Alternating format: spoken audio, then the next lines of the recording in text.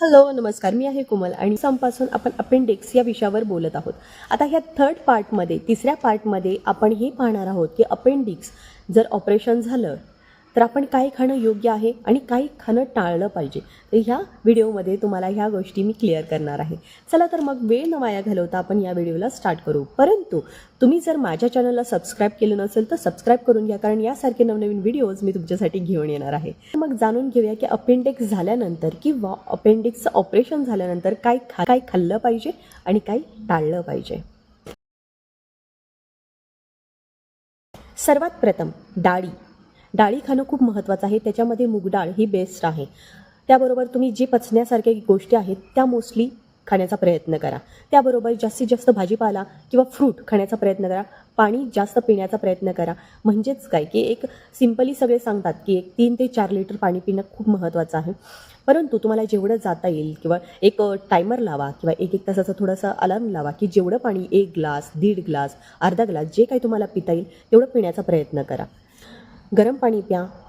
जास्त करून ज्यामध्ये प्रोटीन आहे किंवा ॲक्टिव्ह कॉन्स्टिट्युएंट मिळतात अशा गोष्टी खाण्याचा प्रयत्न करा.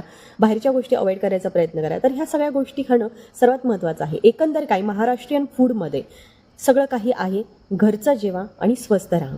याबरोबर आता आपण पाहणार आहोत की काही गोष्टी टाळल्या पाहिजेत. काही गोष्टी टाळल्या पाहिजेत ज्याच्यामुळे आपल्याला अपेंडिक्सचा त्रास कमी होईल किंवा त्रास होणार नाही. सर्वात महत्त्वाचं, ज्या गोष्टीमुळे गॅस बनतात अशा गोष्टी टाळा. दुसरी गोष्ट, ज्या इझिली पचतील ते खाण्याचा प्रयत्न करा.